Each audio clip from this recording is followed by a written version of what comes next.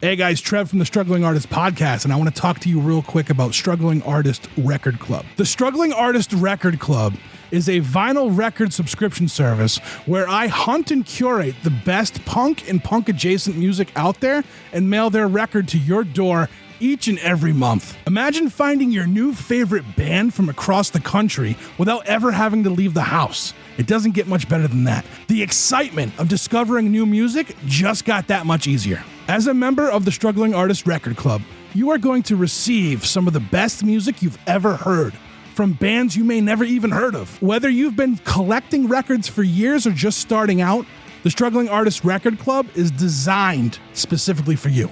And right now, all new members get a Struggling Artist Record Club exclusive along with the monthly selection. So head to StrugglingArtistRecordClub.com, pick a membership, and start building that collection today. You're listening to the Struggling Artist Podcast. People need to be entertained. They need the distraction. With your host, Trev Allen. I wish to God that somebody would do something to block out the voices in my head for 5 minutes.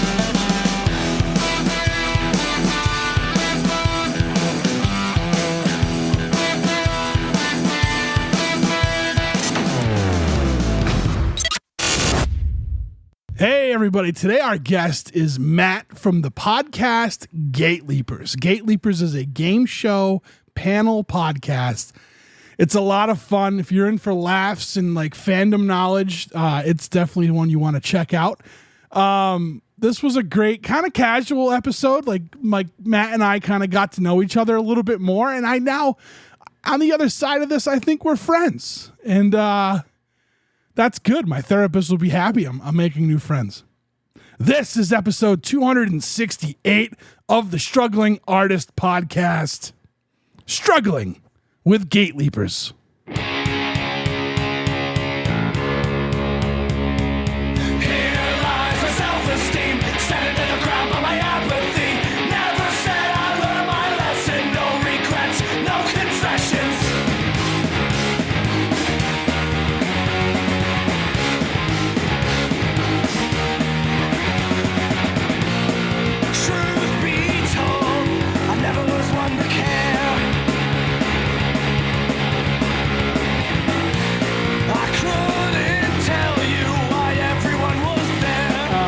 Hell yeah. Yeah. Where are you? Where are you located? I'm in Colorado Springs, Colorado. Oh, okay. That makes more sense. For some reason, I thought Indiana.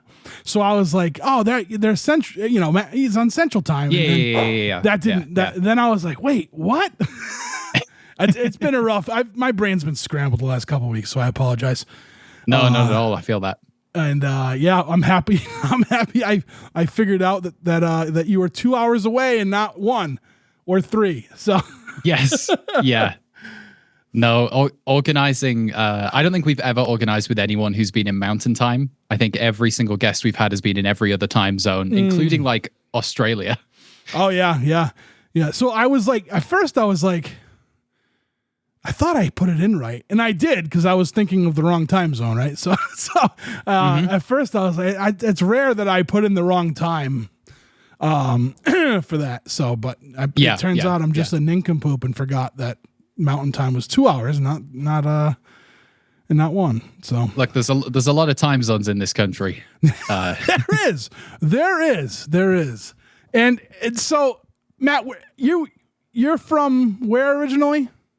I'm from England. I'm from the northeast of England. I'm from a place called Teesside. Okay. It's just south of Newcastle. If you've ever heard of Newcastle, I have. Yeah. So how long? No, not how long. Are there time zones there? Just the one. Just the well, from my perspective, a traditional one time zone. Right.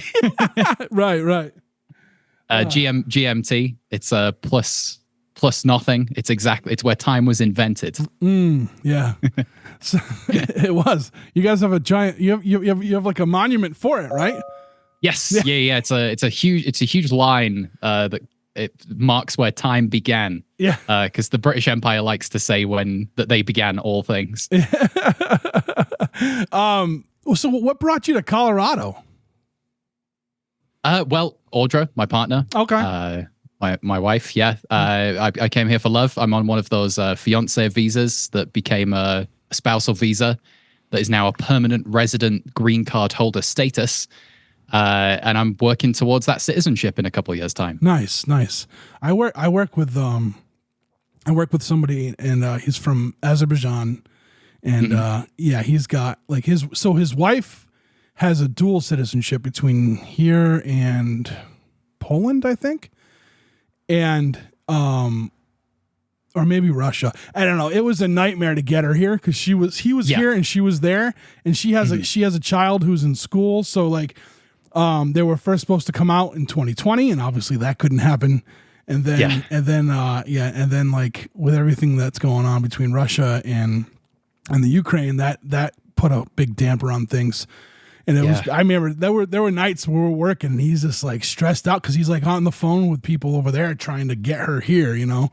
And it was, that was a crazy time. And I was like, and then finally she got here and I was like, thank God, you know? Yeah. But now they got to get the kid over because the kid was still in school. So she couldn't leave. Oh, sure. You know? So, but yeah, I guess he's working at the citizenship thing too. He's like, he's not, I don't know if he seems like he's not in a rush. You know what I mean? He's like, he's got everything else situated, you know? So, well, I could technically do it now, but it would cost quite a bit. And we just like paid the amount for the green card relatively recently, which extends for like 10 years or something. So I want to get a bit of value out of that green card first. For sure. Yeah, for sure.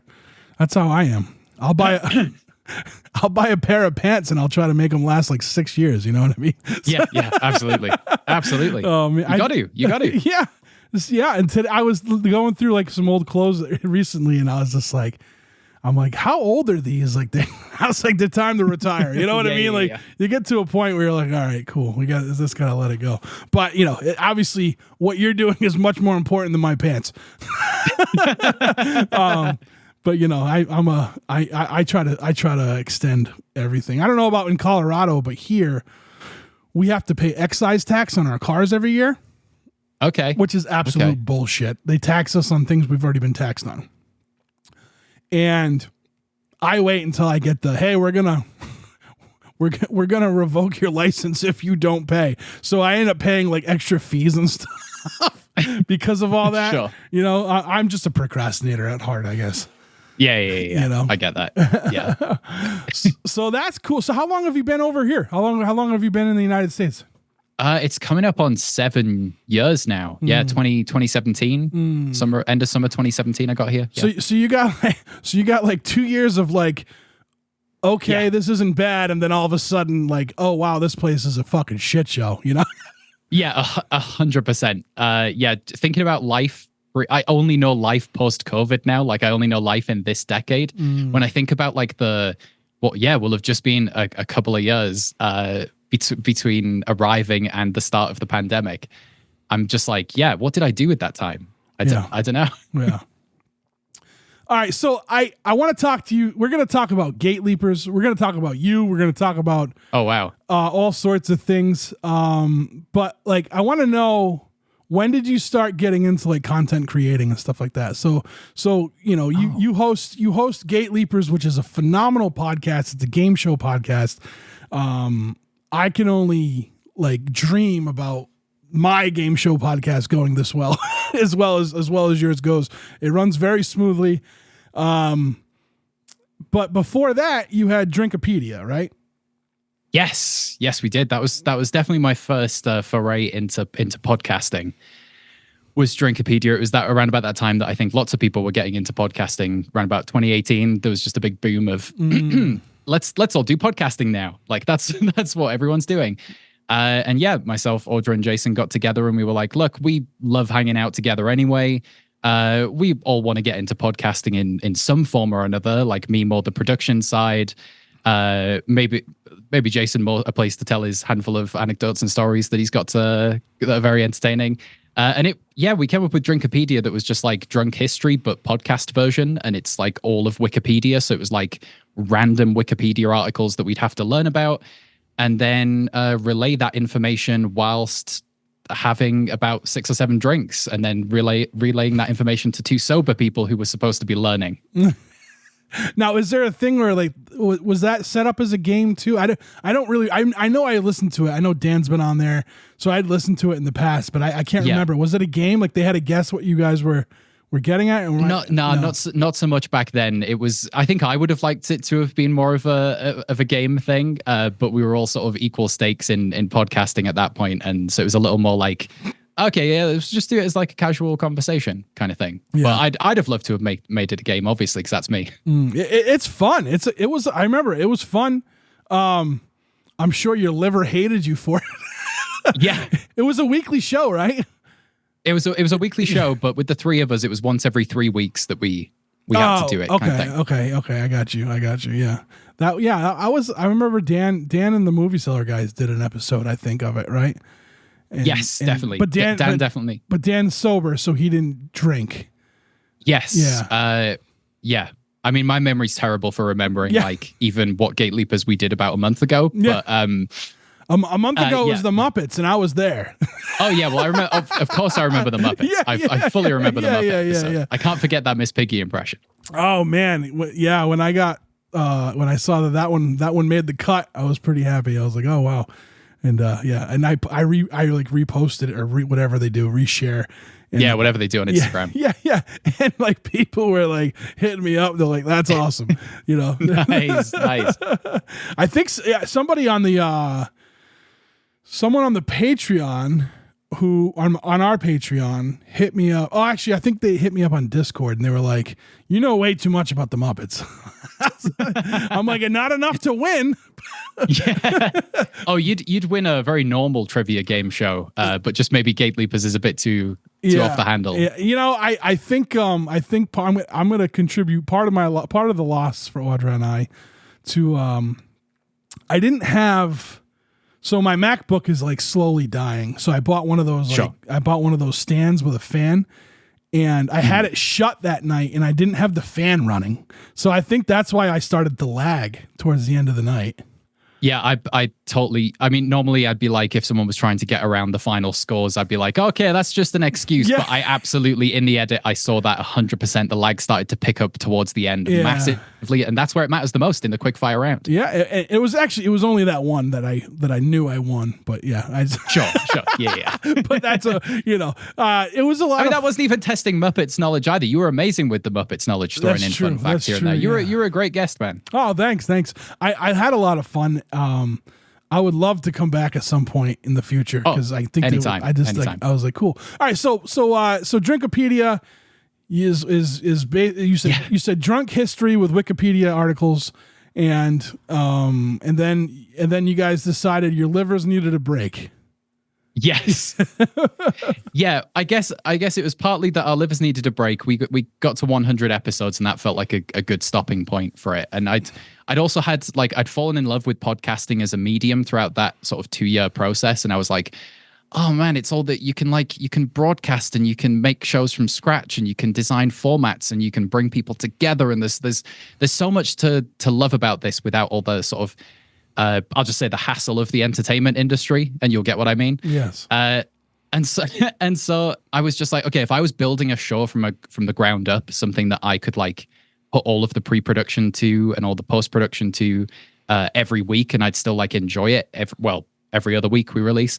And I was like, well, it would be I often make silly quizzes and silly game shows and stuff for friends and family. I've always done that, and especially when COVID started, and it was you had Zoom quizzes were a big thing in the UK, and it was a good way to stay in touch with family. And we made them a bit more entertaining than maybe a pub quiz would normally be. And then I was like, wow, I'd love to do that and sort of match it with the British panel show style thing of bringing on guests and shining a spotlight onto different people, different creatives, different people who were just everyone's funny. I love how everyone's just funny. It's got that vibe of a good game night with everyone. Mm-hmm. And so, yeah, I was like, that's the thing I could do constantly. And so I was just like, that's what I'm going to do. And Audra and Jason were like, hell yeah, we're along for the ride.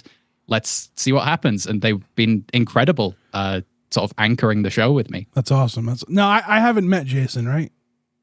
Yes. He was on every episode, seasons 1 through 3. But this year he's started his own business. So he's taken half a step back. Yeah. than doing much more valuable things than playing silly games with us online. All right, so just so break it down. So people at home who are listening or whatever, like tell us about Gateleapers. Yeah, so it's a fandom panel show. Now, panel shows are a thing that used to be all over the US in like like the 1940s and 1950s, like on the radio and TV, where you get different guests on from different fields and of expertise, different people like comedians, entertainers, writers, everything like that.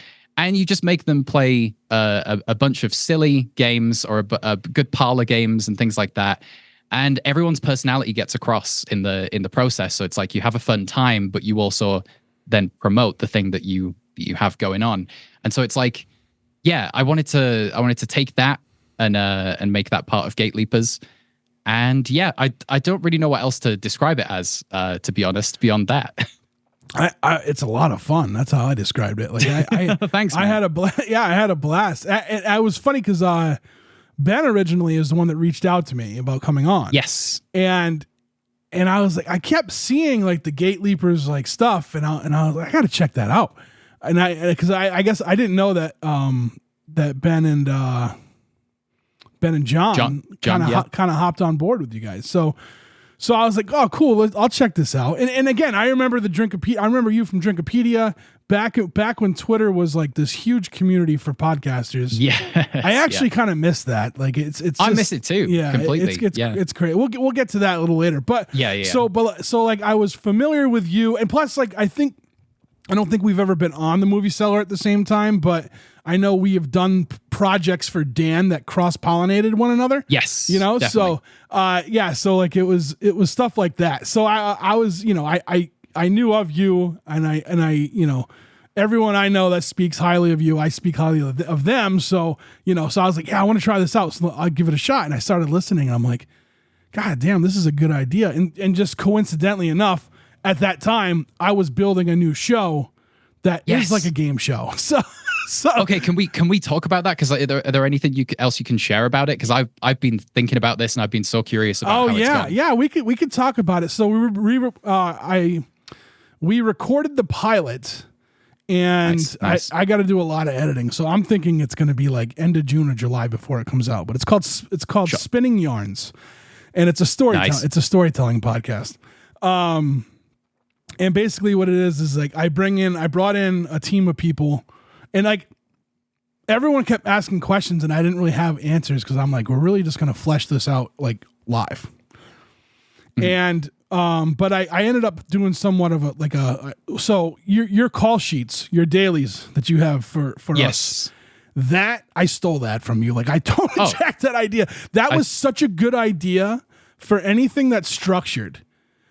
Is to have, and I've worked on film before, and I've seen dailies and call sheets, and I'm like, why would I never think about doing something like that? You know what I mean? Yeah, that's where I stole it from. Yeah. So I built like a rough outline, and I put it into a call sheet for everybody. And then like before we actually started recording, I was like, you guys ask questions now on how we feel this is gonna go, and like tell me how you like, if you have any questions about how I'm structuring this. And I really knew, like, so I decided I want nothing more than to sit in with these other creatives, these musicians, and like these songwriters and these poets and these storytellers. I want nothing more than to sit in and like join. But I decided that like I needed to just be a host. I just needed to host this and like kind of direct it as I go, which sucks, but sucks for me, but it's really good. Sure. You know what I mean? So so I was happy with the end product we got, and so everything basically the way it's gonna run is there's gonna be like 5 or 6 different games that I'll like run, all based around storytelling. And then we'll do random, like I'll have like a randomizer to pick certain things. Like if it's we'll just say if it's a short story, right? And I have 5 people. No, 4, I'm sorry, I'm the 5th. So I have 4 contestants, right? And everyone's gonna write a paragraph for this one story. You know, that's one of the games. So and like one person writes the first paragraph and then it goes to the next person. Each person has keywords, so I'll do a randomizer for the keywords. Yes. Things like that. There could be a song and then everyone gets one keyword and then like they got to work on like, all right, you're going to, you know, someone's going to write this part of the song, someone's going to write the chorus, someone's going to do this, you know. Yeah. It's in a poem or whatever, you know, it's the same kind of thing, but there's different, I have it written down. I don't have it near me, but like there was different, I ended up like thinking of different ways we could do it. Like, so it's not just the same thing every week, you know? Yeah, totally. So like there's different like games that they'll do. And and I had fun with the call sheet. Like each block I called it, like I gave it like a fun little name, you know what I mean? Yeah. So yeah. Stuff like that. That's part of the fun of being in charge of the games is you get to give them fun little names. Yeah, you're really good at that. Yeah, it's a huge part of the fun is adding like the little silly cherries on top of my my copy and stuff like that. Yeah, I went back and I listened to the Muppet one, and you do a pretty solid Kermit the Frog. And thanks, man. And the fact that you had to stay in character for the whole segment, like you never broke character, because so you do a lot of editing, but like you don't edit it. You didn't edit, like it's not like you were talking like yourself in between. You stayed in character for the whole segment. Yeah, 100%. I learned early on when we started doing the final round like that it was just easier to stay in character for the full thing, and it made the edit easier. But it's also, if you listen to some ones from like a couple years ago, I'm not as good at that. It's taken like a good couple years of practice to like keep that energy up and keep a impression up while also asking questions. And I'm also like the live producer at the same time. So I'm also keeping track of the scores, which I'm sure has gotten me into trouble over the years where I've definitely said the wrong scores at the end of an episode before. I liked how you did it. It almost had like a whose line is it anyway vibe where like you're just throwing random points like, all right, this. Because at the end of the day, like it's not about who, for me, except for the fact that I wanted to beat Dan. But outside of that, like, you know, outside of that little cousin rivalry, that's personal. Yeah. It's really about the journey and how you get there, you know. And I think that was something that I learned from watching Whose Line Is It Anyway? Because like I love improv. And I love that stuff. It's so great, you know. Yeah, it's a big inspiration on what we do for sure. Yeah. So that's a lot of fun. So anyway, back to spinning yarns. I'll just finish this up real quick. Yes. There's one element of it that I can't say right now, but I'll tell you after. You know what I mean? So just remind me. But yeah. So basically, is there and there's like they're not competing against each other. They're a team. So it's about working as a team to getting through this thing. But like this particular game that we played in the pilot is picking up. So everyone got their keywords. You know, we did the randomizer. Of course, like it was such a cool crew, and they all have this like doom/horror kind of thing to their art that they do already.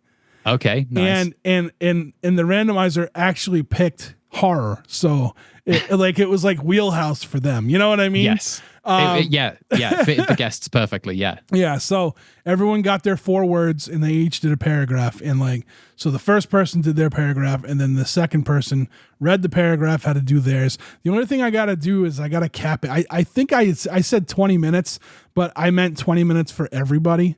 And the first person, oh, sure. And they took 20 minutes for each paragraph. Yeah. Well, just the first one was really it probably took about 15. And I was like, I felt bad because like the producer for the Struggling Artist, he happened to hop on to help me on the other side of things. And like, I was like, oh man, I hope he doesn't have to leave anytime soon. So yeah, I think I'm going to be like doing like a timer and that stuff gets taken out, right? The breaks are going to be taken out and I'm just going to have when the show goes, it's just going to be the segments. So it's going to be fun. I tried to, again, like, seeing how fun your podcast is, how fun that game is, just from playing it and from listening to people on there, like I was really like, I'm like, I really hope this kind of fleshes itself out and becomes just as like fun. And I did notice like, so I do a lot of like in the segments, especially leading up to it is like, I'm just kind of like asking everyone questions and a couple people would take the questions and kind of expand on it and start having a conversation with everyone else, like their team. and they all respect each other with their arts too. Like, and they all know each other, but they all really respect each other. And they were learning things about each other as they were doing this. And I said to myself, this is the show. This is what it really is. Like the fun part is just, the game and stuff. Like the thing we write is just a small part of what this is. This is about like creatives, So yeah, 100%. Yeah. My favorite moments in Gateleapers recordings, partly because it's the bit where I don't have to hear my own voice, but it's when everyone's just going off on a riff. When like the question has been posed. All four players, no matter what team they're on, are just bouncing jokes back and forth between each other. That's when I'm at my happiest, and I'm just like, yes, this is fantastic. I listened to a few episodes of Gateleapers, and I didn't know the fandom at all, and I had so much fun listening. That's great news. But then I was like, shit. Now I was like intimidated. I'm like, everyone's really funny. How am I going to do this? Oh no, you were really funny. You're great. Thank you. But I was definitely like, oh man, I don't know how this is gonna work. Like I don't think I'm this funny, but I think you did the best thing possible by making Dan and I play against each other.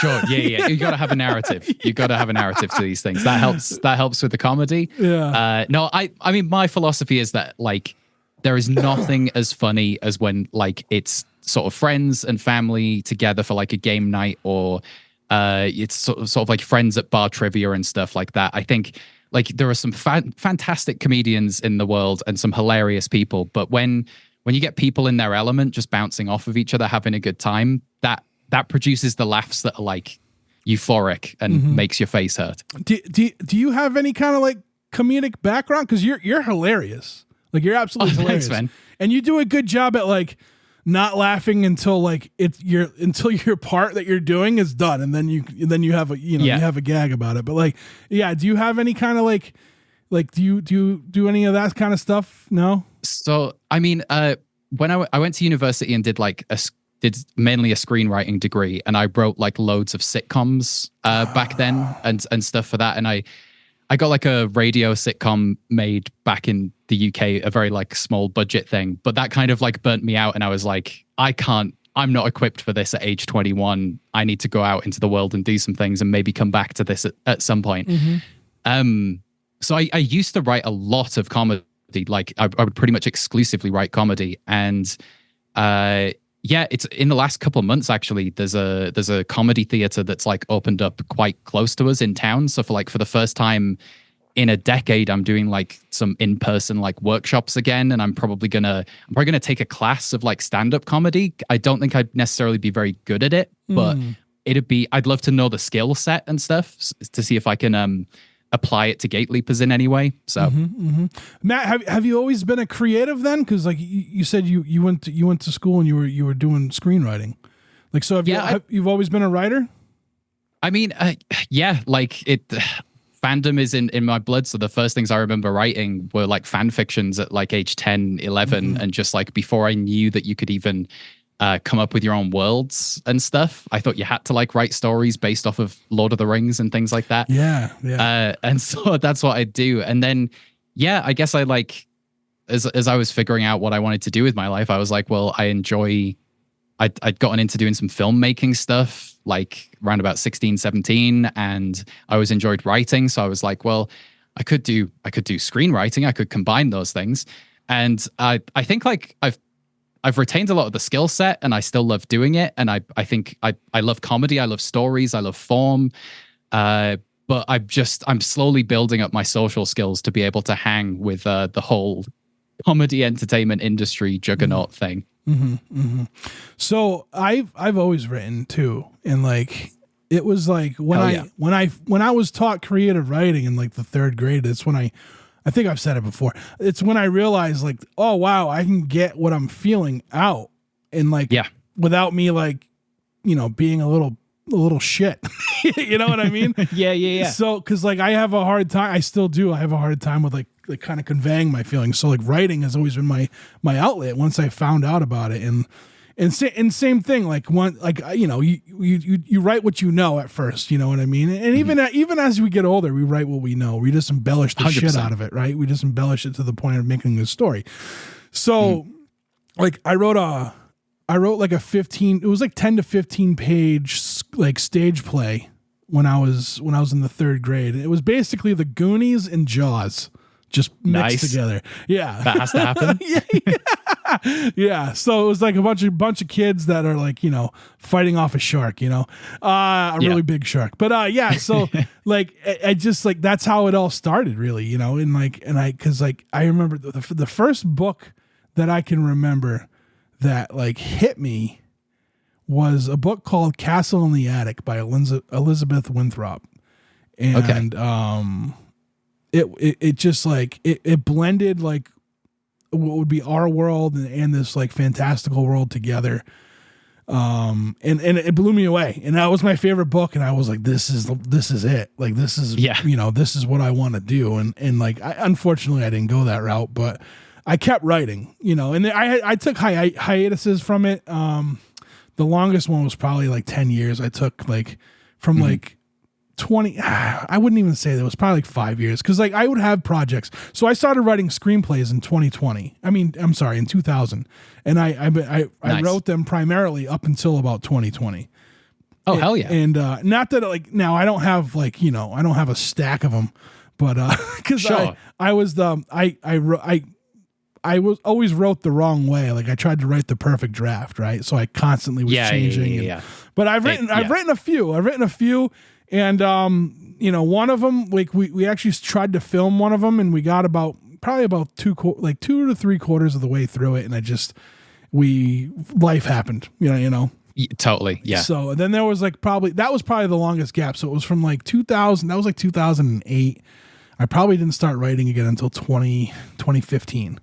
That was probably my longest gap. Like I looked at things and I played with things, but I didn't like actually like, now I'm going to sit down and write, and it killed me. It was for me. I don't know. I don't know if you've ever taken an extended leave from it, but like without that, like I felt empty. I was drinking way more. I was like just miserable more, and it's pretty hard to be more miserable than I already am.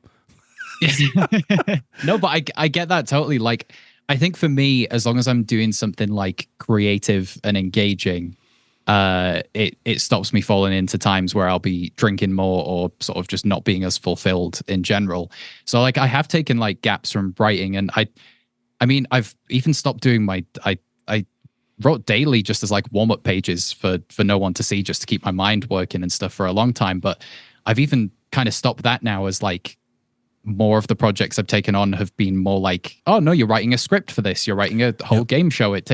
I'm still exercising like a writing muscle. Like I've got to write, like, I don't know, I put like 15 to 20 jokes in the script to like guarantee I know that there's going to be I'm setting up people for laughs here. This is, so yeah, I still feel like I'm getting right done. So I guess I'm on an extended fiction break right now. Okay. I guess. Okay. Yeah. That's cool. I kind of like, so I finished a screenplay last summer, and I decided that it needed to be something else. So like now I'm taking the screenplay as like kind of like the first draft, and now I'm gonna fill it out and see where it goes, because like it's really like, I started writing it again. I started writing this thing in like 2016. Yeah. And then I just put it on the shelf. Life gets busy. It sucks. It sucks. Like I really, and like I find myself sometimes like I went on, so I have ADHD, and like I went unmedicated for about 7 years. So from 2016 to recently. So I guess that had something to do with it too. You know what I mean? Because you can't just like I can't just sit down. Either I hyper fixate on something, but it's usually the wrong thing, or I just can't I just feel like, I don't know, I'm terrible. I'm not going to do this. I can't do this anymore. Like that kind of thing. So, but, So do you do creative stuff professionally now too, or? I mean, I do like freelance audio and video editing. Yeah. Which is kind of creative, but most of the time it's really boring things that aren't even my things. I know. So it's like, I'm as creative as I can be professionally, but I'm more unprofessionally creative. Yeah, I hear you. Do you, so I do, maybe you can solve this for me, right? So I am always fighting with the producer of The Struggling Artist, because I say I am not a writer. I'm a storyteller. If I was a writer, I'd get paid. Am I being hard on myself, or am I being accurate? Like, well, I mean, but first things first, it's all semantics, right? Anyway, so it's you are what you are what you feel like you are, and that thing can change from time to time. I mean, I like the idea of you as a storyteller. I think it fits what you do on the Struggling Artist podcast. I think it's even before we talk about the potential storytelling game show, you tell stories, you share stories with artists, with musicians. And so storyteller makes a lot of sense. But I think, it's like, what is a writer, you know? Is paid. In this day and age, you could... Chris is going to give you so much shit for this. That's No, I hear you though. I hear you. I just like, I don't know. I just like, I feel like an author's paid. I'd say if someone said they were an author, I'd be like, they do this full-time professionally because they say they're an author. Yeah. Maybe not full-time, or at least part-time, you know? No, yeah. Have you ever taken a stab at something like that? Like, what you have you ever like written like a novella or a novel or? Yeah, I tried that sort of after, like when I first got to the US, that's what I tried. I was like, right, I'm going to hunker down and I'm going to try doing a novel. And I did like what I thought was quite a normal like YA novel, and shopped it around for a while.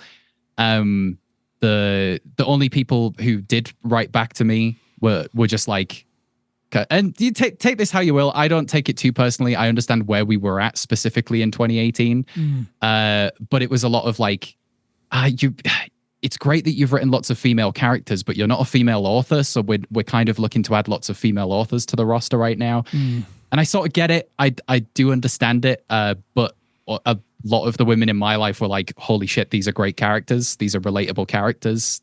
And my screenwriting tutor was always like, you write women way better than you write men. Keep that up.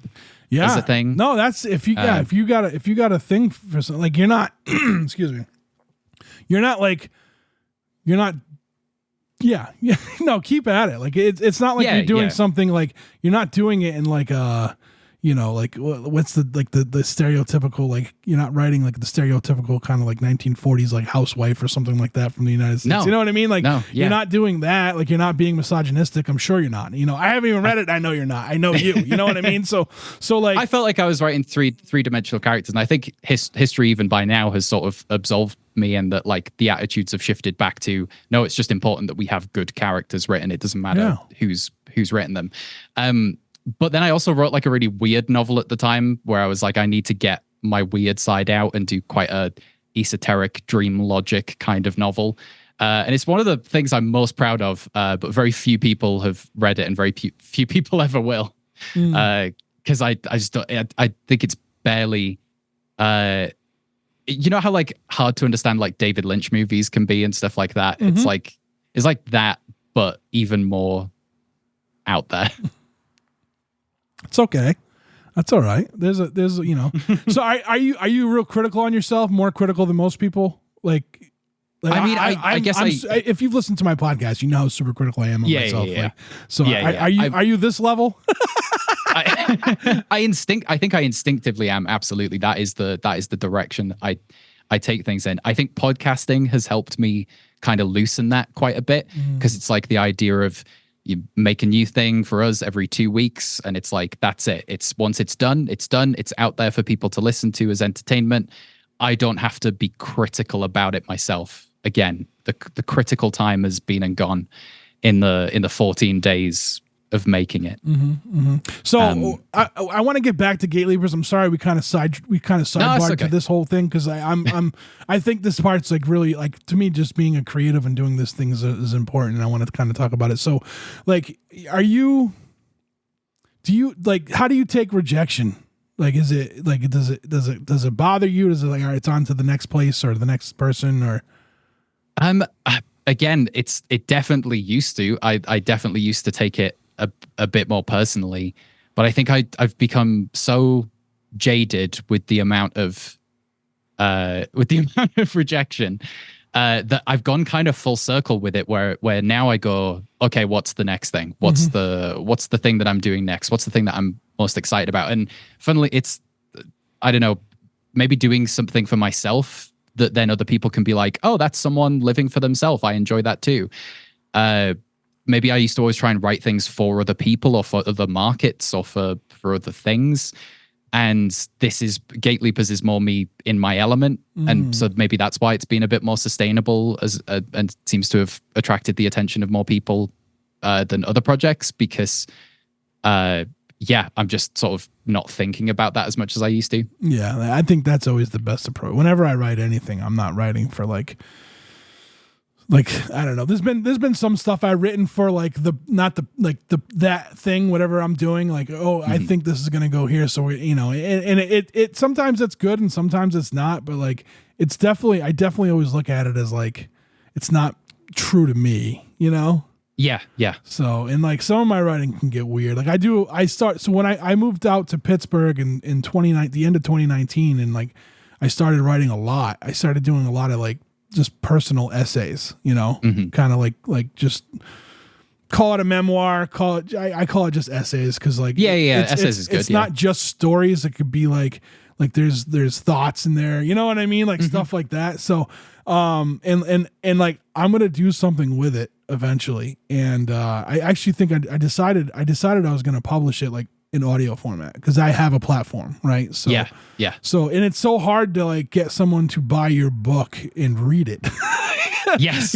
Like if you're, an author that no one's heard about and you have this, awesome novel, say it's like this sci-fi novel, but it's 500 pages. Like no one who's never heard of you, like it has to be so like niche and wheelhouse for that person who's buying it, or else like they're not gonna. So I figured like audio format, and then I'll gauge, and it'll probably only be like. So it's two projects, but I'm gonna put them like at the halfway point. It's gonna transition to the next one. And so like I feel like it's like for somebody doing something like this and like not really, not known, but at least I'm known. Like you got a platform, you got an audio platform. Yeah. Like there's like a millimeter of me being known through podcasting. So audio format makes sense. And then if I'll gauge an interest and maybe I'll self-publish a couple, you know what I mean? And see where it's at. And, so I always had a problem with like, I never thought I was good enough to publish because, you read somebody that's just phenomenal. And like someone on this podcast actually told me is like, I said something about, I always go back to Henry Miller and he's like, well, we don't need another Henry Miller. We had one, you know what I mean? So I was like, yeah. And then I found these like autobiographical kind of essays, that someone published, and they were very direct, kind of like how I am. And, I was like, this does work. People do like this. You know what I mean? Like, yeah, absolutely. Yeah. It's always better to put stuff out there. Like there's nothing bad's going to happen. Oh, it's scary though. I do get that. It is. It is scary, but it's better that it's out there because then like the people who could enjoy it will enjoy it. Because most of anything is promoting, isn't it? That's any creative endeavor is just the promotion has to happen. Yeah, you got to promote it. So all right, so let's kind of change gears a little bit. I could talk to you for 3 hours on writing, and I don't want to do that to you. For sure, yeah. But yeah, so do you have anything out there now? Like, is there stuff out there now that people could want if someone wanted to check out your writing too? Like, or do you plan on putting? So you said you're working on more like nonfiction stuff right now. Is there anything like? Are you doing this for a project, or are you just doing this for yourself? In terms of nonfiction stuff, yeah. I've okay. Pieces of it are a project. Pieces of it are like for something that could be something down the line. I like staying sane about current affairs, the state of the world, by turning it into like satirical comedy of like. So I guess I've got two things that are sort of off and on the go. One is fiction, one is nonfiction. Fiction is just short stories similar to like Black Mirror episodes. Okay. So if like a part of the contemporary world kind of makes me feel uneasy, I'll turn it into like a bit of a sci-fi horror story. And then nonfiction, it's how to explain this. It's sort of like, I guess, kind of like essays. They're sort of written like, but more like comedic essays, kind of thing. Put your spin on it, right? Where it's like sort of critiques of capitalism, but from using the same language of people who are very pro it as a concept. And I know we're all in it, but sometimes you feel crazy that like that's the process that doesn't get talked about, but all the other processes do get talked about. And so to kind of put that at ease, I turn it into these over the top essays written from the perspective of someone.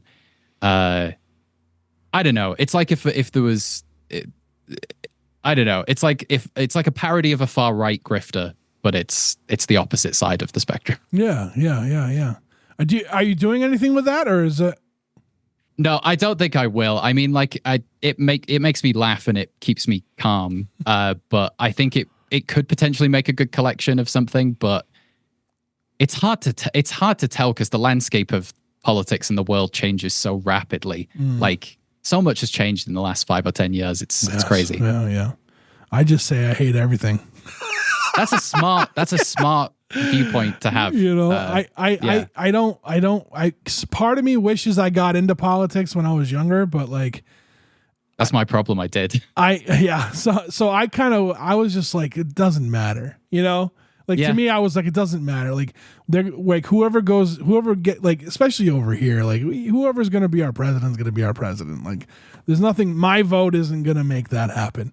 But like, you know, and then things like happen, like Trump gets elected, and I'm like, fuck, what do we do? Like, you know what I mean? Like, oh man, like, you know, so and like that's part of the weirdness. Yeah. So I think, I bet you there's an audience for that project, but probably. I mean, I'm kind of like any free time I make now is going all in on Gateleapers. I think going forward, like I wouldn't mind doing. I could do a little. We're launching a website for Gateleapers. You know, very very modern, very current. We're launching a website, and I've thought about doing like my daily warm up, like blog posts on there of like, but where specifically I'm talking about something to do with media, fandom, pop culture, and it's just like a few hundred words to warm up at the start of the day. But also it's there as a blog, which might help more people find the podcast. Yeah. So it's kind of like. It's using the time usefully, but also I get to write again. So, yeah, no, I like that. So, how do you? That was going to be my next question. Is kind of like, how do you find time to do everything? Like, do you schedule yourself out, or you just it's how you're feeling at that time, or? Well, I do schedule myself pretty well now, but it's two main reasons. I only take about 20 hours of contract work, of freelance work with other people outside of my own projects, which gives me a lot of time for my own. And my wife works in STEM, so that's how I'm able to do that. Yeah, I found the job that I have now, just my schedule lines up enough where, like, I'm only working 15 days a month, so okay, yeah, I'm able to, you know. The other times I'm not, I'm working on something. But I found it hard in recent months to be like, all right, I'm going to write today because like there's always podcast stuff to do. And I have like this thing like where, so I haven't missed an episode since I want to say like October of 2020. Nice. I haven't missed a week. And, good streak. And sometimes we have 2 episodes in a week because there's like little side quests for the podcast, you know? So like I haven't missed an episode since then. And when I did miss it at that time, like I was in a really dark place. And I feel like by keeping myself like it's the accountability of it, I think it keeps me going. You know what I mean? I know what you mean. Yeah. So, 100%. And Dan is a big reason why cause I was like, I'm done. Like I'm done. It was like 3 weeks without a podcast. I had enough lined up. I moved from Pittsburgh back to here and I had enough time. I had enough episodes in the tank to get me situated and everything. And then when it was time to start recording again, I was just in this. I just moved back too, and like to Massachusetts, and I'm like, I was just in this really bad place, and I was like, no, it's over. Everything's over. And Dan I know that feeling. Yeah. Dan kind of fucking talked me out of everything, everything that was bad, everything that was bad. You know what I mean? So. Whether he knows it or not, you're both great. Yeah, whether he knows it or not, you know what I mean. So, but yeah, and then we've been going strong ever since. So like, so I find myself doing more of that than anything else as far as that, and it's weird because I you saw the calendar, like I send you the calendar and you pick your day and your time and everything, and 100%. Like, so like, I can schedule stuff to do. Like if I want to, I don't know, go on a date or something or whatever, go see my family in Rhode Island, whatever I want to do. The thing is, like, I have to schedule it. If I don't schedule it, I'll end up filling it with something for the podcast, right? Yes. Yeah. So I get that. That part. I get that. That part's completely tough. It's tough. How do you manage through that? Is there you good at that or? Well, I do try and do stuff in advance, like you say, and what you've said is very relatable in terms of like looking at the calendar about a month ahead and then being like, okay, the podcast stuff is done here, here, and here. Where am I blocking in my social time? Like, what can I actually go to? I mean, this past weekend we were able to get away to see some friends a couple states over, but then that meant missing like a Friday and a Monday, and so. Like Tuesday, Wednesday, Thursday, Friday this week has just been like 7:30 till 8 p.m. every day working to either catch up or make sure I don't fall behind on the next set of things. That's how it is here. What I also take along with that is that this is the thing. This is the creative thing I'm doing right now. So I also feel incredibly like fueled and fulfilled by it. So I'm wondering from what you're saying, do you often like take fully on board that like, oh yeah, I'm filling the schedule up with all the podcasting stuff, but do you take that as like I'm completing my projects? Yes, I absolutely do. And the one problem I will have is sometimes I'll start booking too far in advance, and I'll have like not booking in advance, but recording too much. So when I relaunched this thing I started recording episodes in December of 2019, and I knew I was going to relaunch with 4 episodes from the original show that was in 2017. And so I recorded like 10 episodes, and I kept recording stuff on top of that. So like by the time everything started falling apart in the world, we weren't talking about it until May because it was so far ahead. You know what I mean? So since that, I had to learn how to like kind of like, all right, so I try to book 1 to 2 months, like schedule wise, 1 to 2 months. And then I'll close the books, and I get to a certain episode point where I'm like, all right, now I can start booking again and start recording stuff again. So I try to keep it like that because of like, like I said, it was May and we weren't talking about like all the riots or the protests or, you know what I mean? We're not talking about any of this stuff. We're just like talking like, yeah, it's cold out because it's still February, So, yeah, the world is fine. Yeah. So nothing is going wrong. It's a little bit different. So with yours though, because it's a game, and this is what I'm learning from the one I do, you really have to give yourself enough time, right? Yes. Yeah. It takes a lot of time pre and post production. My dream is to get as organized in terms of schedule in advance as you are with the whole like 1 to 2 months. Sometimes I'm still like, damn, okay, we've got to get an episode together within the next 3 weeks. Who's available in the next 3 weeks? Well, it's tough when you have a cast, right? You have a cast, so it's a little bit tougher to do that, to get everyone, like, especially when everyone's a podcaster already. 100. Yeah. Let's make sure it's not clashing with someone else's podcast recording. It's finding the free time. Yeah. Which again, the cast does help with in terms of we've got a good handful of people to call upon, and yeah, we definitely we tend to miss one release per year for one reason or another. This year it's already happened, so I hope we don't have another. Yeah. But we always put something out fun last minute, because like Audra and I can always put something together pretty last minute. I like this that you've been doing, like get to know the cast members. Oh yeah. That was Jen's idea. One of our cast members. I like that a lot. So tell me about your cast. Like, one, that's another thing that reminds me of like whose line is it anyway? You have reoccurring, players coming in and out. Tell me about your cast. Tell me how that came along. I'm sure it's a wonderful delight when people want to be part of this thing you've created, right? Yeah, it's like, I don't like using this word a ton because I'm not particularly religious, but it really feels like a blessing, like that people want to do this, and we're like, oh yeah, I can commit to however many episodes a year, and I can commit to this many and stuff. I mean, we should have done it a lot sooner is probably the truth, in terms of like, to rewind a bit, like I was spending all of my extra time on like booking fresh, brand new guests for every single episode.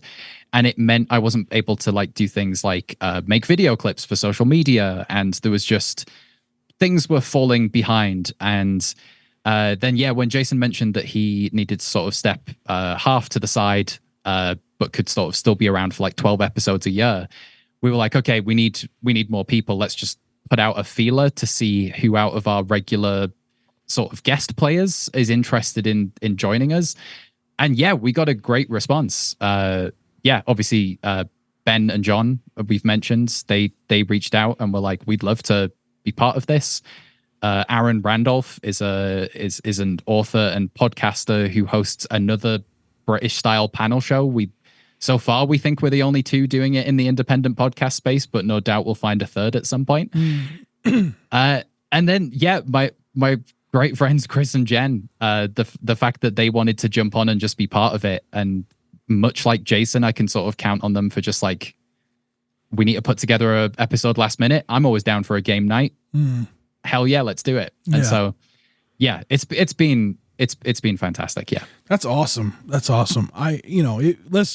If you're ever looking for some kind of sub, just hit me up. If you need someone to sub in. Absolutely. I definitely will. It has happened before where someone's had to cancel relatively last minute, and I have frantically messaged recent guests. Yeah. And I've got to shout out Drew Schulman as well, because I've realized I just mentioned every other cast member apart from him, and I don't want to do that. So who has the Supernatural podcast?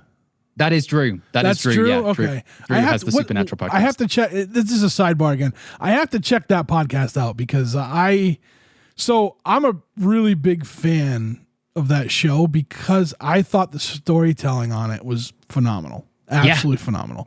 And it's my background noise. So like if I'm doing stuff, that show's on.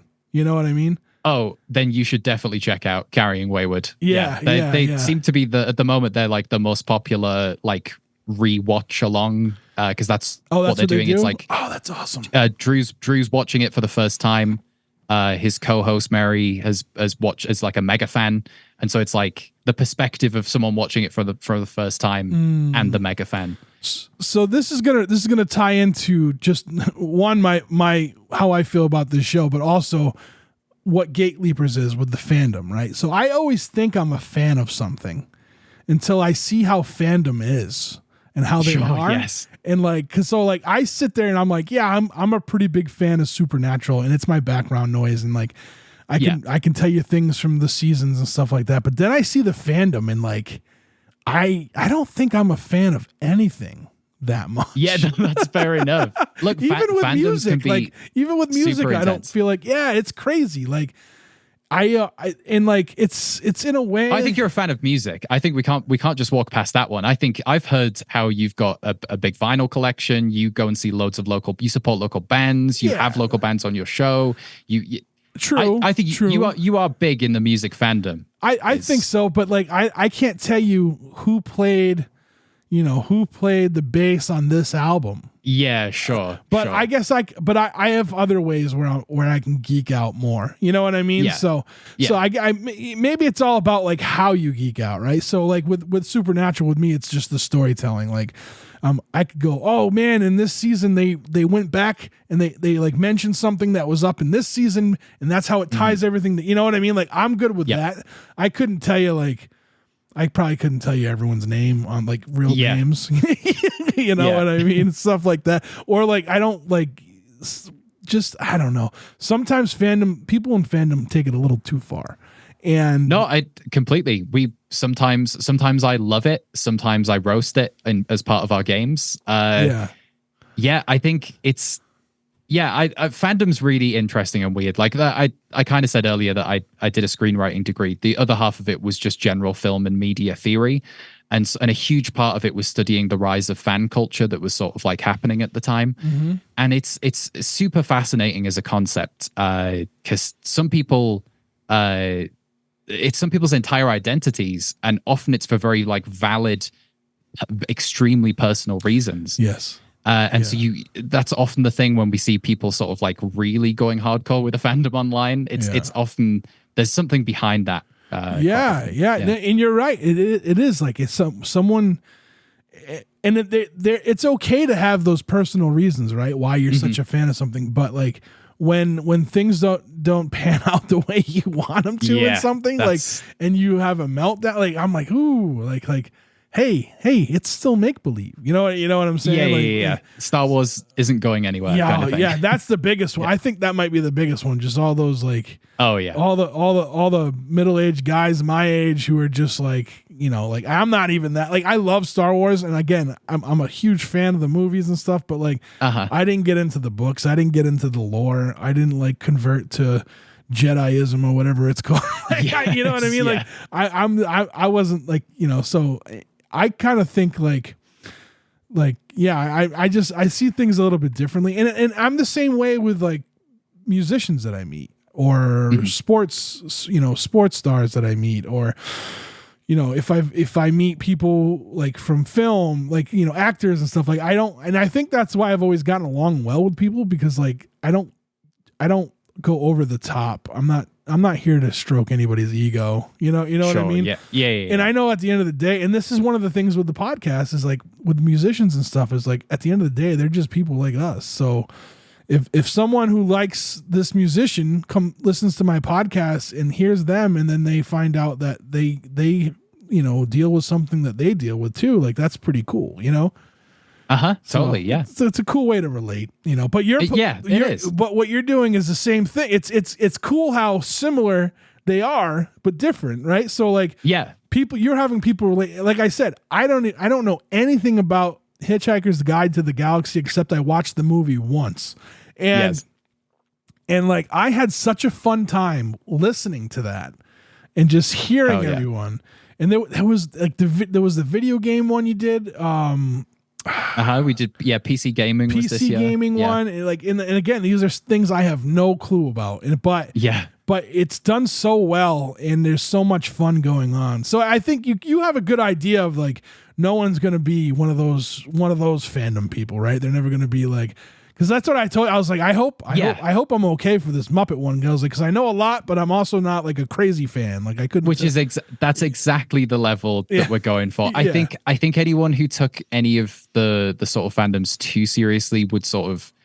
There's probably one or two jokes we'll make per episode that might turn them away, and that's okay. Maybe we're just not for them, but we're called Gateleapers because we like to leap into different fandoms, jump over the gatekeepers that are between each fandom, and just have some fun in what ultimately is a pop culture media property and often a brand. And you've got to roast brands. Brands are there to be roasted. Right. Also, you are very good at naming things. I want to give you like Drinkopedia, Gateleapers, the name. Gateleapers wasn't me. That was Jason. Oh. Jason came up with that one. Yeah, I believe it was Jason. Some of the names of like the games that you put on, like those are mine. Can't like I have the hardest time. So this is going back to the writing thing. I end up using like the same 5 names in everything I write because I just can't. Like and I can't think of like titles for things. Like that's my like what is it, the Achilles. Yeah, the Achilles heel. Is like I can't name things. Like so I had a bull mastiff and I didn't know what to call her. So I knew the trainer. I rescued her and I knew the trainer, and the trainer's like, she doesn't like her name. Her name was like Kona. And like, she doesn't answer to anybody who gives it. She's like, you could call that dog dumbass and it would listen to you, but it won't listen to you because they couldn't. So it's just how dogs are. They're stubborn. So I was like, I don't know. So I was like, I'm going to call her Miss Piggy until I figure it out. And then like that just became her name. Like that's, like my dog now, Tula. I didn't name her. That was the name she came with. It's like, I'm not good at names. I could never have children. I would like, they'd grow up without names. They'd be called Miss Piggy and Tula. Yeah. So yeah, kudos to you for being able to just name things like awesome. Oh, thanks. Yeah. I mean, it's a lot of fun. I get a lot of fun out of naming things. Sorry. So Gateleapers is broken down into, is it 4 segments, 3 segments? Well, I mean, we play 4 games. Yeah. But we kind of got the chat segment up top where people come up with the team names and we try and drum up a spirit of competition. We find out how much people know about about the fandom. And then everyone states their muse, what inspires them about that fandom, because it's good to kick things off with a little bit of positivity that I can sometimes be snarky about. Yeah. And then we get on with the games. We play like kind of a weird trivia game first, tends to be the thing, and then kind of an improv game second, and then a fandom game third, and then a quick fire round. Oh, yeah, the lightning round. That one got me. That one had me all discombobulated in that one. Yeah, we try and level the playing field right at the end with some absolute nonsense. I have to ask this. In the history of Gateleapers, how many years have this been going on? Where are we at for? We're in our 4th. We're halfway through our 4th year. Halfway through our 4th year. So in the 4 years of Gateleapers, has anyone used revenge as a muse other than Dan and myself? We are so toxic. We've definitely had some toxic muses before. Okay. We definitely have ones that are either a negative thing or a bad experience that has happened that has been spun into a funny story. Yeah.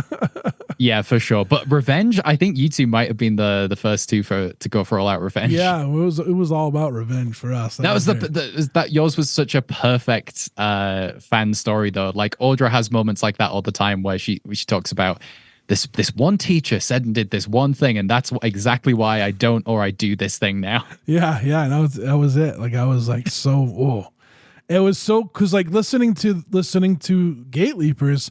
And I started hearing like asking for the muse, and at this point we had already talked to, and I knew I was coming on, and I was just like, it was a no brainer. I'm like, Miss Filiberto, Yeah. It's gonna be Miss Filiberto.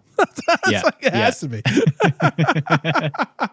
All right, so you release Gateleapers. Is it every other week? There's yes. Potentially there is. Let's see, it would be 26 episodes a year that you guys put out. Yeah. And then you have side things like you do, like the getting to know the cast, right? Yeah. And then you posted one. Oh, you posted one from Patreon, something from Patreon because you lost an episode, right? So. Yeah. We have a monthly show called Fandom Flashback that's like kind of like a topical version of what we do. So it's just myself, Audra, and Jason. So it's like Audra v Jason, and it's like looking at it's games made out of the big media releases from that month. So it's like we just actually recorded our one for May, and so because Morgan Spurlock died, the Super Size Me guy, I thought I'd touch on a bit of pop culture that we'd not yet touched on, which was fast food. So that we did a quiz all about fast food in movies and TV shows. So it's loosely topical. I kind of linked it to something there.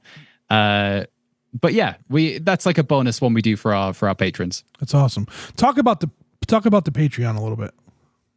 Yeah, I mean, that's one of the main things. It's the main way to support us because obviously we're a free show, which we love it if people just share what we put out for free. But if people can support us, patreon.com/Gateleapers is where one could do that. And we also put the full videos of our recordings. Like we just take the video from our hosting platform and we just put it up there with captions and with a couple of smart edits. I don't have enough time to do a full video edit to do it. But yeah, that's the main stuff that's over on Patreon. We're revamping it towards the end of this year to maybe add a couple more things. Nice.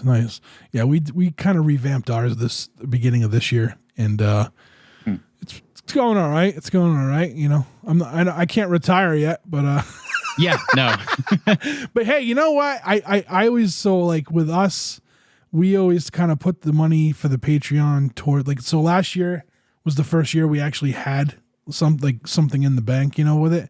Yeah. So it paid for this event we put on called An Evening With, and it was like storytelling and music kind of intertwined. Oh, nice. Yeah, and so we made all the patrons like executive producers on that, and then like, hell yeah, you know. So this year I'm working on some projects I'm hoping I can put everyone's name on as well.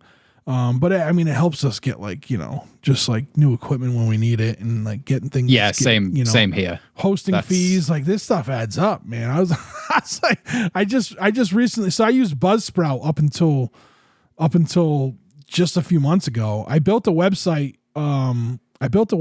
Over, it was probably in the fall. I had a slow night at work, so I just built a website. It's very bare bones. Hell yeah. But I was like, I don't want to launch it until we hit like episode 300. And then I was like, 250 is going to work. So we launched that, and now I'm hosting it through there. So it's a little bit easier, but like, man, like the fees, and like I you know, your internet has to be better than the normal shit sometimes. Like, yes. So, you know, you got to pay for that. And your platform that you guys record with, I'm really interested in it, and I'm going to take a look at it because a little deeper, because I kind of like some of the features that you guys have, and yeah, it's pretty handy, and they constantly adding stuff. I don't know if we want to say it. I don't know if you want it said. Can we? Yeah, if you want to. Yeah. We'll say it. Yeah, it could. It turned out it's really bad. Riverside is what we've started using for this. We started using it at the start of the year, and it's really good for making clips for social media really easily. It's saved everyone's audio so far. The only time it didn't is a time that any video conference software would have lost it, because it was completely different reasons. Mm-hmm. It's been good for us. I don't like recommending products. I'm walking myself away from recommending a product. Yeah. So, and again, I'm going to admit, like, the lag from the episode I did with me had everything to do with me, not, you know what I mean? Like, I like, by the time we ended, and I was like, oh, why did I leave that shut? And then I was like, oh, the fan's not on. So I bought it. I'm trying not to buy a MacBook this year. I'm trying to. Yes. They're so goddamn expensive. So I'm trying. So I bought a new stand with like 9 fans, and they run at like 3,400 RPMs. So really cool that guy down. Trying to keep it. So it seems to be working. The new fan seems to be working out pretty good. So, and nice. like I can't like, it won't. The battery's dead, so I have to keep it plugged in now. I abused the shit out of this thing. I would, you know, so what model is it? What are we talking? I don't know. It's a Mac. Do you know what year? MacBook Pro. I got it in either 2017 or 2018. Okay.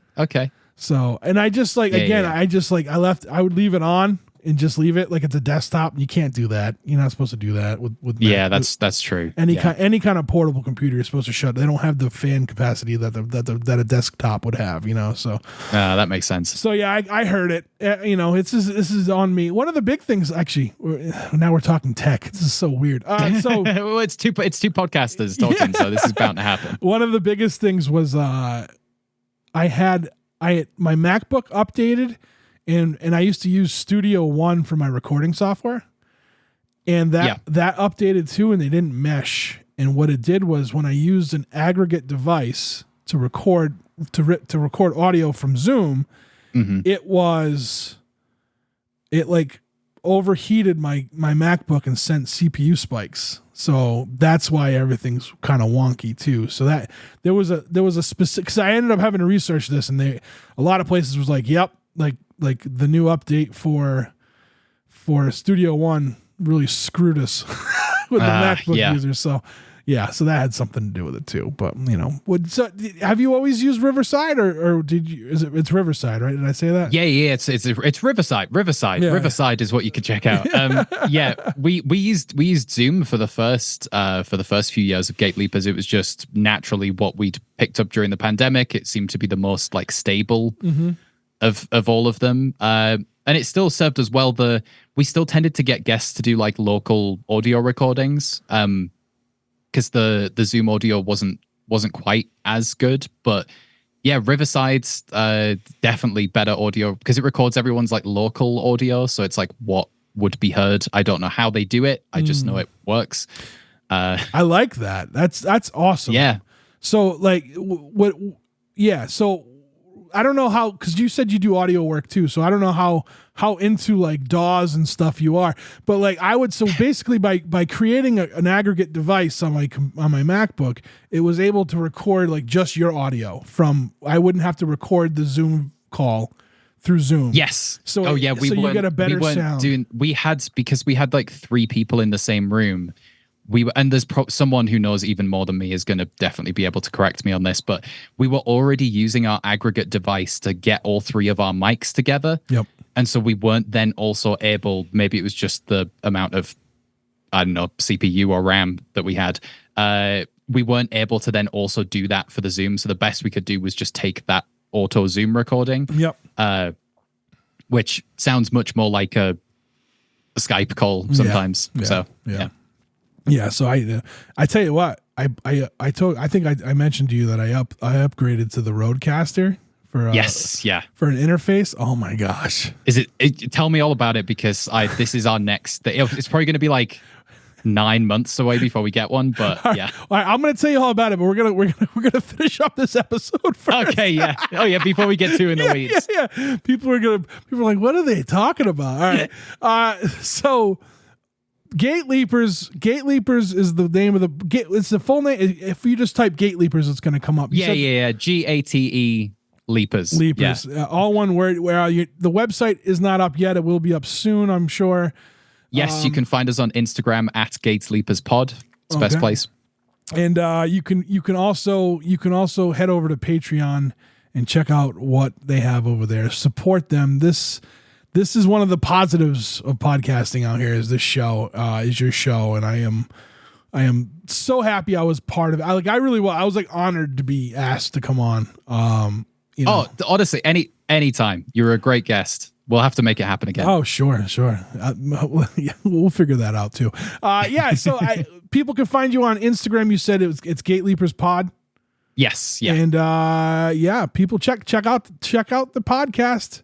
If you're into laughing, fandom, having fun in game shows, I think that's the, and you said there's video on the Patreon, and if you're into really awesome, game show host jackets, you have to join the Patreon so you can see the video clips, right?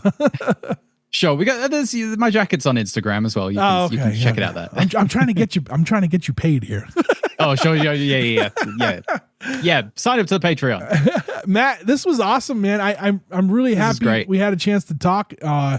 I'm really happy to talk. I was really happy to get to know you about your writing and everything, because I didn't know much about you until. Yeah, you sneakily got that out of me. That's very clever interview skills. Yeah, apparently I have the skills. Yeah, you do. If you ever want to come back, we could do this again, man. Just let me know. Sure thing. Cool. All right. Well, thank you. Thank you. All right, and that's the show. I want to thank Matt from Gateleapers again for being today's guest on the Struggling Artist Podcast. In the show notes, you will find links to that podcast. Check out Gateleapers. If you're a fan of anything, they've probably gone over it in the last few years. Look for what you like, see if they do it, and check it out. It's a lot of fun. It really is. Like, even stuff I know nothing about, I laughed my ass off from start to finish. So it's definitely worth a listen. Thank you to Chris Chavez for being producer of the podcast. Thank you to State Line Records for sponsoring us. And thank you to the band Losers Circle for allowing us to use their song Great Illusion of Time off of their album Took Long Enough. Thank you to everybody over at Patreon supporting us. If you want to become a patron, head to patreon.com/podcast TSA.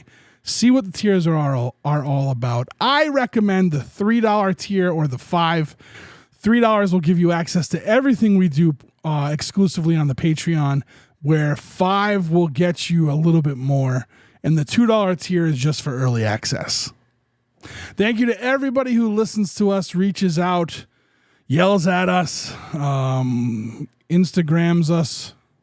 I don't know what else. Bunch of stuff. If you want to reach out to us, Trev at thestrugglingartistpodcast.com, or you could text us at the hotline, the Struggling Artist Hotline, 774-570-1552. If you want to leave a voicemail, you can also call 774-570-1552 and talk shit to us. All right, well, we're getting out of here. I have no song to play from Gateleapers. Oh, maybe I should have gotten their theme song. That would have been fun. But anyway, we're going to exit out of here with our theme song for the podcast, which is The Great Illusion of Time off of Loser Circle's album Took Long Enough. Until next